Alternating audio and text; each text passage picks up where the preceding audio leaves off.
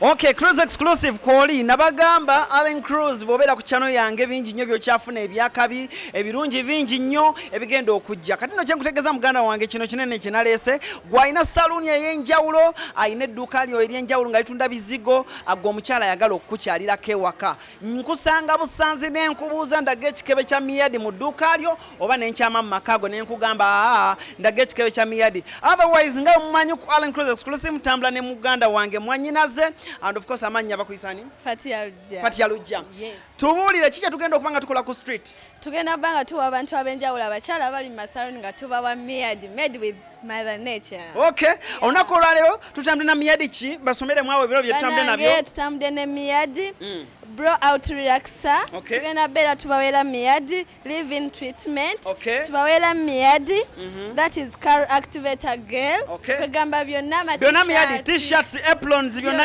ebiro ebyenjawulo bye tulina olunaku olwaleero Allan Cruz is my name Fatia Lujja tugende tuwerekereko mpolampola tugende tuli ku kizimbe dike wane Makindye tugenda kuba tukyayirako saluni emu tukyama bukyami tukola kibayise randomly we select a saloon omukyala wuno gwe tuguddeko olunaku olwaleero Allan Cruz Esanyu lilabe bantu bakalika Miadi Allan, I like Miadi bana Miadi wanga hade yagwamu zanga nkulinda Allan ngolai watu gabo ogenda kujja anytime bana bawala baschamufu okosiza Miadi kumala banga Miadi for 2 years. 2 years Yeah. Okay omusanze otya basi musanze mbuzibu nana Miadi enviza nzinyilila zilaika lungi buli jemte na bambuza abananga even akawoka Miadi akawowa ateko kasuka wanji Allan to kisusa wallahi kicho yagala nze wabula Allan njagala ka spray ka Miadi yako ka spray yeah tugenda kuba tukuwayo nabira tubiyina anna nyini saluni nanyini saluni banaye mama sembera wano ogamba otya sigamba ogamba obulamu bugamba ki bulungi sebo lwaki mwe musoose okuyita ne mugamba Allan Cruz kyama wano mu saluni ya Allan Cruz kyama wano olw'ensonga nti tukozesa Miadi ate nga mulungi tumwetaaga era olwakulabye ne tugamba katukubire ojje Miadi omusanze mbuzibu ki Miadi tebadde mu buzibu bizigo birungi Miadi kigosinga okozesa Miadi hair relaxer Miadi treatment Miadi spray okay olunaku olwaleero nina kano bakayise batya kasome mwawo Miadi crystal treatment nina ne Miadi tufuniyawo Miadi omulala Miadi nina Miadi kano kagenda Miadi ki Miadi girl kati gwe ng'omukyala asiba enviiri Miadi girl ono oyinza mukozesa otya Miadi girl bw'obanga obuviiri enviiri bana balina enviiri ento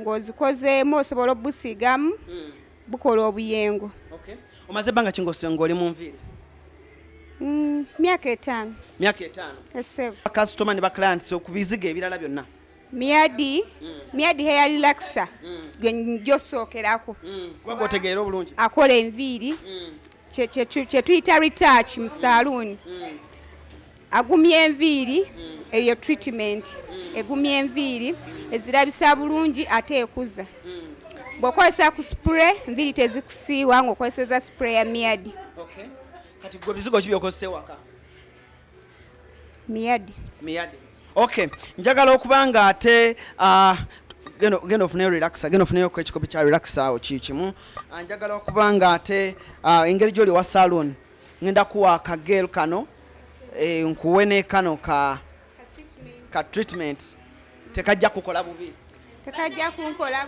Miadi nange nkozesa Miadi muyina wali ku dduuka lyange tugendewo ekikabe kiriwa ekikabe gye kiri wali mu dduuka toli muyaye gwe asiri muyaye gye kiri tugende nkibalage tolaba akaviiri kali mu retouch nakakozesa era nkozesa Miadi okozesa Miadi omaze ebbanga ki ng'okozesa Miadi myaka 3 gwe leeta tukuwe relaxer gw'ogambye then tugende ne gundi kati kwata kino ono omukyala tumuwe relaxer tumuwe ne kano ka gel kakati engeri gy'oli wa saloon yambala essaati eno omuntu asooka akulabe nga onyekanyekanye mu ngeri ya Miadi ebintu bibeere ng'ate abigendera ddala mu maaso. Gwenna atulaba ku Cruz exclusive nyonga okutegeeza nti bannaffe aba Miadi yoteekamu ensimbi bagamba nti tambula buli saaluuni olaba abakyala ab'enjawulo bwe banyuma bwe banyirira bw'okyusa abakyala ab'enjawulo enviiri. Mu maaso awo ngenda kuba ntandika okuwa surprise eri abakyala ab'enjawulo nga mutwala mu saaluuni nkola enviiri ku bwereere.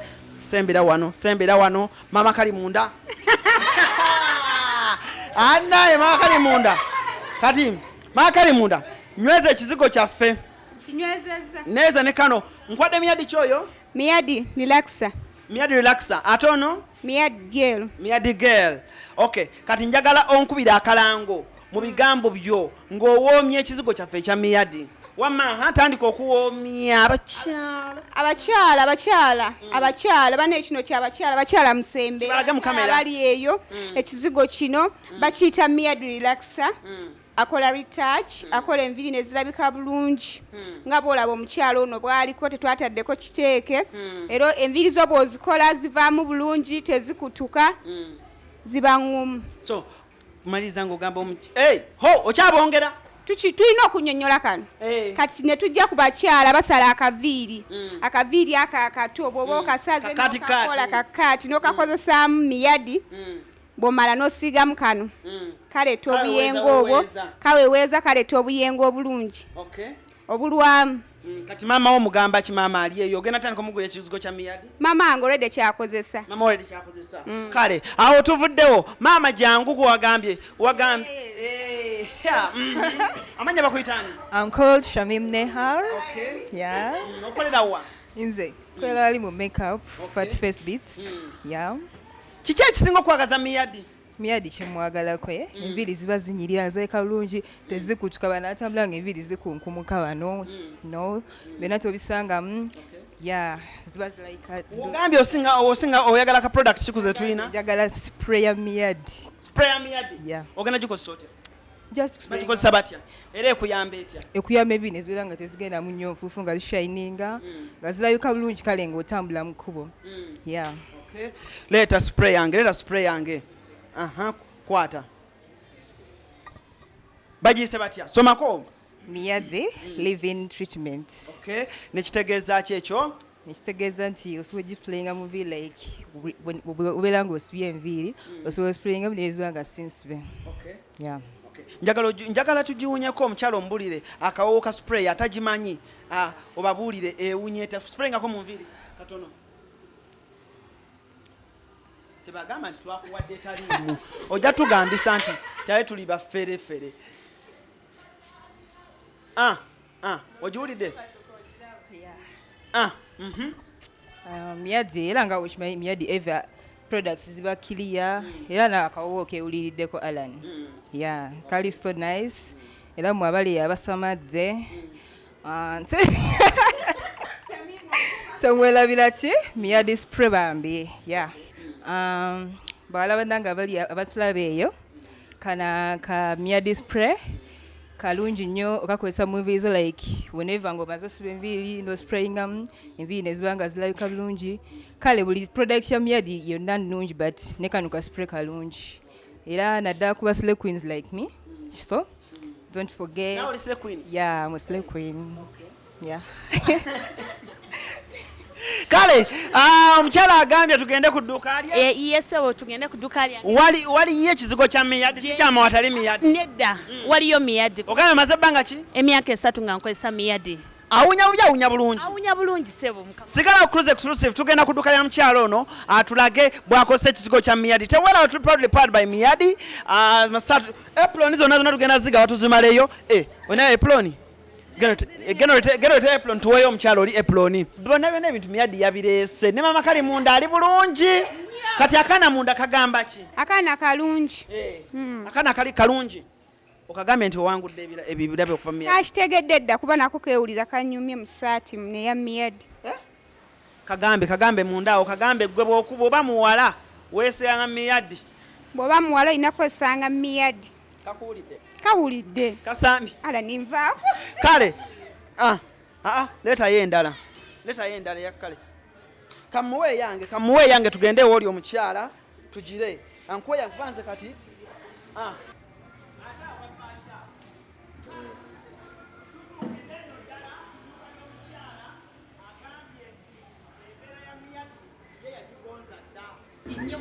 Esanyu nakujjude? Nnyo.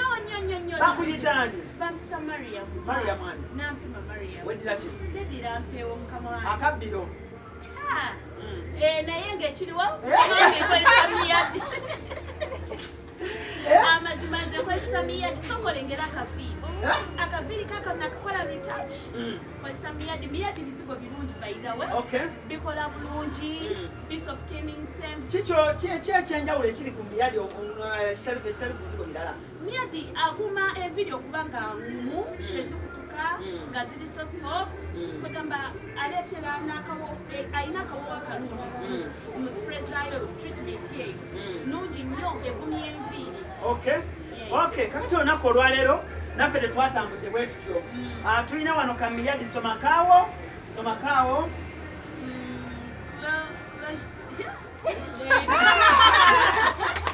Genda maaso soma ekizigo omwana wa maama. Eno treatment. Miadi anti kino ekigambo cholesterol treatment. Okay, tulina cholesterol treatment. Tulina kano soma. Kaneno ka gel. Tulina ne kano soma. Kaneno ka leave-in treatment. Okay. Then tulina kino. Blow out relaxer. Kakati mbizigo byonna bye tulina wano. Londa kazigo kosinga nga ka Baffe ako. Kosibye nga ne woyasimula tekavaayo. Wannanga ke kajja okukolera akazigo ako. Kazigo kikola bakasinza okukola akayinza okukolera. Treatment ye. Tulina bakizigo okukolera. Otugambe era ekigo kya Miadi. Kireete basirepu ni mulimba nnyo. Kikino. Okirina ati nakavakola retouch. Obadde olina Miadi kyono? Ono relaxer super. Akola atya? Anti akonze enviiri, akonzekiriza abakyala oba olina growth bakuteekamu enviiri nezibanga. Ebbanga lyomaze ng'okozesa Miadi ono abakyala oyinza badvisinga ki ku Miadi relaxer super? Kyenyiza bagamba bizigo birungi, bizigo kwegamba products za Miadi wozikozesa. Buli kimu omanya nti otuuse. Kale tukwadvisinga bambi tolekera okukozesa bizigo byaffe totuvaako yensonga lwaki tuzzeeyo kubanga tubakebera omugongo naye twagadde tubenga nate naffe tukuyisa bubi. Kakati sooka omumpere apron eno, sooka omumpere t-shirt eno, sooka oyambale t-shirt eno. Yambala t-shirt bamanye nti omukyala ow'empeewo ozaala ddi? Bannange Allan. Sajja balimba. Tetugendayo mukama wange. Sajja alaba? Tulina ka apron. Kaakano kasoma kati? Ashanti. Nako kambale bulungi. Bw'obeeranga wano mu botiiki yo tobijjaako ebyo. Bisibe embusi ebyo bikaddibwa ng'otugamba tuleeta ebirala. Kitegedde? Mufuneyo akantu k'oku mutwe. Yanguwa. Kati embeera yo owulira otya ng'oyambadde Miadi? Mpulira bulungi nnyo kuba tekitera kusanga si buli omuntu agenda kuba nga ayambadde Miadi. Yes. Ndi wa mukisa okuba nga nfune ku birabo ebiva mu bwa Miadi olw'ensonga nkozeseza product yaabwe for long. Abawala abato bagamba ki abali eyo nga tebamanyi kituufu kyakozesa mu nviiri zaabwe? Bannaye mbagamba mukozese Miadi products za Miadi nungi nnyo. Bagambe tebasiiwuuka nnyo, tokkiriza kusiiwuuka nga Miadi waali. Sooka olengera akaviiri ddala Allan Cruz. Tunuulira akaviiri. Sooka oyongereyo kabakwatiremu Baffe kuba n'emabbali kasammuse. Gero abikwatanga. Byonna abikola. Kati sooka oyambale, sooka okambale. Njagala obeere gundi Miadi ajjudde.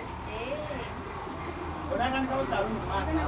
Natandikawo kubanga era nina idea era mbimanyiko kuba nali nkozeko mu saaluuni. Oyakozeko mu saaluuni? Kakati obadde ogambe tukuwa ekizigo ki? mbadde njagala ka treatment. Sembera wano maama, sembera wano omukyala alina ebizigo. Nondako kimu? Oba nandyagadde bibiri mukama wange. Lwaki oyagala bibiri? Kubanga mmanyi kyebikoledde. Njagala nkuweeko kimu n'abalala bafuneko. Naba Baffe ka treatment. Ka treatment? Ka treatment ke kaliwa ka spray? Yes. Ogenda kapozi otekamuwe kajeyo omukyala yeefulire ka Miadi spray. What?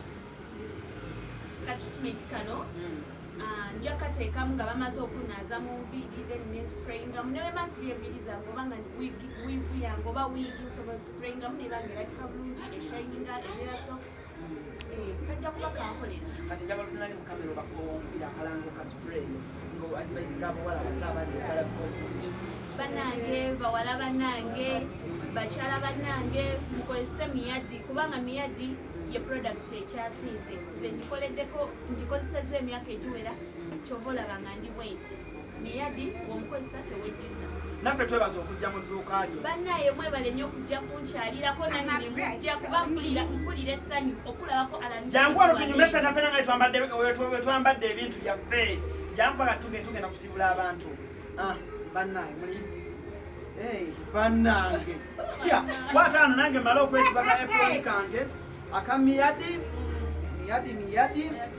twakire ddala ffenna teekako ku mutwe teekako mwana wa maama omaze kale leeta kale abatulaba ku Cruz exclusive mwe bali nnyo okubaawo okuva gye twatandikira okutuuka n'essaazo nga tumaliriza n'abantu baffe abeesobodde okusanga ng'ate nkusanga busanzi ng'olina kizigo kya Miadi mu njuyo ompikire eno ngamba Allan Cruz gwe kasita okigye mu nju n'okindaga bwoti nongamba Allan Cruz Miadi wuuno nze ng'ate gwe munnange lwaki mba nkuwangula bwe bano abakyala ababiri n'omukyala alina saluuni eri ku dikke n'ono omuwala alina muwala muto tafumbirwangako kintu kimu kwekiri buli kimu kwekiri bonna mbasanze nga buli omu atisi alina ku kizigo kya Miadi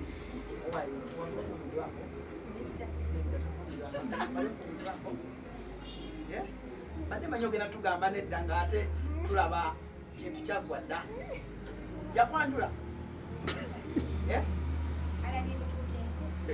kati kukyala alete ebizigo oba kukyala alete ebizigo bya Miadi bayina esooka omuwooninge mugambe bebbi bw'oba ojja n'otajja na kizigo kya Miadi